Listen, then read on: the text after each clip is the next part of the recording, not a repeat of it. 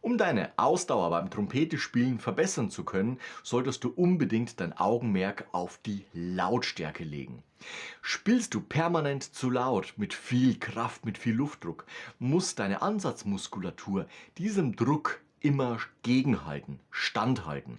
Das heißt, insgesamt ist hier wesentlich mehr Muskelanspannung notwendig, als wenn du dein Spiel um eine Lautstärkenstufe reduzierst. Dadurch wirst du insgesamt feinfühliger und du wirst bemerken, dass du viel mehr Feingefühl für deine Muskulatur, für deine Technik entwickelst und diese dich auch bis zu Ton XYZ bringen kann. Das Brutale an der Luft bringt meistens auch die maximale oder erhöhte Lautstärke mit sich. Deswegen unbedingt einmal darauf aufpassen, wenn du übst, dass du leiser spielst. Das kannst du machen, wenn du zum Beispiel ein bisschen Geläufigkeit trainierst. Nehmen wir einfach mal die F-Dur-Tonleiter oder eine F-Dur-Skala.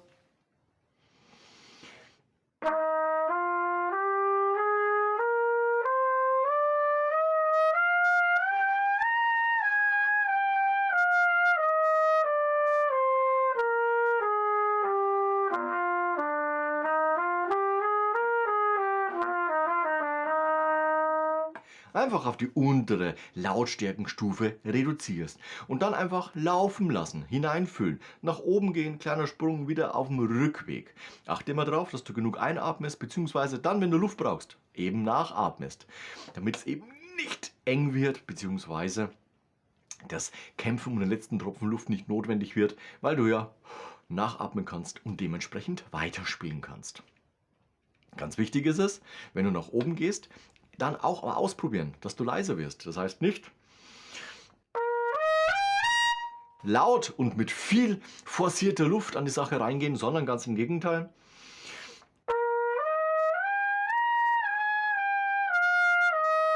Das Ganze mal reduzieren, leiser spielen. Und es wird insgesamt vom Sound her auch wesentlich eleganter als dieses brutale und laute. Jetzt ist es natürlich noch wichtig, dass du den Mundstückdruck gegen deine Lippen natürlich auch reduzierst. Das heißt, diese Technik, die läuft hinterm Mundstück ab. Natürlich dichten wir mit unserem Material zum Mundstück ab, damit die Luft eben zu 100% in unserem Instrument zu Ton umgewandelt wird, beziehungsweise eben zu Klang wird. Wenn du aber zu stark dagegen drückst, kostet das natürlich auch wieder Kraft. Das heißt, unsere Muskulatur wird an dieser Stelle mehr belastet. Und dieses stärkere Beanspruchen der Muskulatur bringt immer auch eine Ermüdung mit sich. Das heißt, auch hier sind wir wieder in der Situation, dass unsere Muskulatur einfach schneller müde wird und wir platt sind.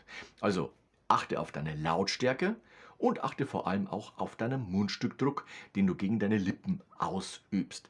Und dann wirst du bemerken, Lautstärke reduzieren, Feinfühligkeit aufbauen, sensibler werden beim Trompetespielen und Ausdauer dazugewinnen. Dabei wünsche ich dir sehr viel Erfolg. Lass am Ende ein Like und Abo da. Wir sehen uns nächste Woche zu einem neuen Video rund ums Trompetespielen. Bis dahin, ciao, euer Nico.